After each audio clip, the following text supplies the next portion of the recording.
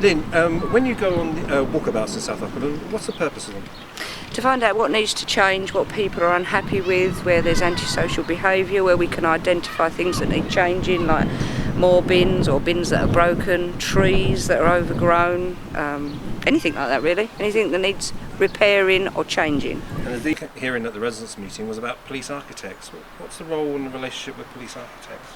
Well, the police architect comes down and pinpoints and finds areas where things could be changed, either something built there or moved or something else added on to stop antisocial behaviour.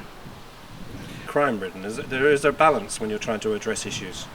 Yeah, absolutely, because you can get groups of kids who are acting as groups of kids. So there's a play area on here where people will complain that there are children in the play area, say 9-10 o'clock at night. Well, actually both we and the police would prefer that they're in the play area, because that's where they should be, as long as they've got a football, as long as they're not smashing glass or anything like that. So it is a fine line, and sometimes it is about tolerance, but you draw the line when the residents are complaining because they're still there at 2 o'clock in the morning and they're screaming and shouting and everything else. So we would never not respond to a resident, but sometimes it's about explaining to the resident how far we can take something and whether it is just an issue, a tolerance issue, or genuine antisocial behaviour.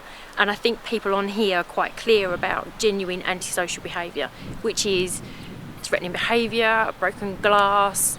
We've had property damage. It's when antisocial behaviour actually tips into criminal as well. So there's a balance, but I don't think that Ockendon is different to anywhere else. I think it's just different how we deal with it over here. This is now 4 o'clock on a sunny afternoon, but it's quite dark anyway. It's very dark, and when we came out at night it was pitch black. One of the residents came out and she did tell us that she's scared to use her front door. She actually goes in from the other side. So what we're looking at here is potentially thinning out some of the trees and the bushes and everything else. The residents have said they'd rather be visible from the road. There's only 2 of them here, so it's not a huge consultation exercise, just about making sure they feel safe. So street lights, again, as we were saying, around the corner, the ones that will come on that are motion sensitive, and hopefully that lady can feel secure with her children in the house. So as we've been walking around, you've been scribbling away. I have. What happens to your scribbles? The scribbles go back and they'll be reported, the fly tipping will be reported, the rubbish and the glass will be reported. We've got a team that will come out and clear glass quite quickly. I'm concerned about that because it's by the play area. So all of these things, every time we go around, and they will stay on a list until they're done, and if I have to come back next week and make sure they've been done, that's what I do. Did you expect this to be part of your job when you came to council, this type of thing? Yes, yeah, definitely. I suppose, I want to say do you enjoy it, but is enjoy the right word, or is this what you get satisfaction out of? I do get a lot of satisfaction from it, yeah. Making things better, helping people. People are affected by their environment. You know yourself, if you wake up in the morning and the sun's shining, you think, oh, okay. If it's cloudy, you're a little bit. If you wake up in the morning and you look out onto something that's not nice, it makes you feel down. So to improve the area, to improve people's living conditions, what they live with, to take away antisocial behaviour or negativity, it's got to be a good thing. So yeah, it does. I get a lot of enjoyment from it.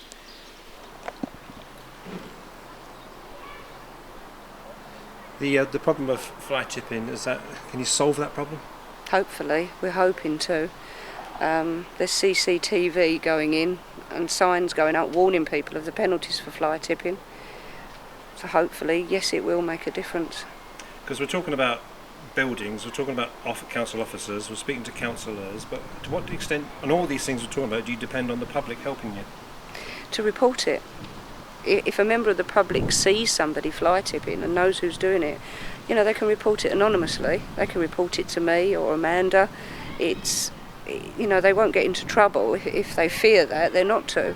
But we need to know who's doing it, because this is costing the council money and it's effectively the people's money. In the walkabout we've done today, it's a nice area, isn't it? It is, yes.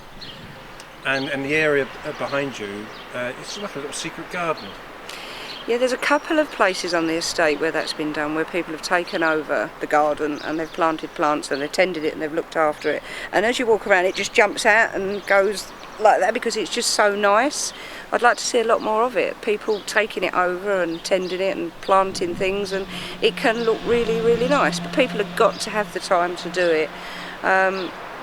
and I'd like to see a lot more of it. So if people want to come forward and say, well, I'll take over this small piece of land and I'll tend it, and I think that's all part of Mr. Cameron's big society. It's all working together, pulling together to make where we live a better place.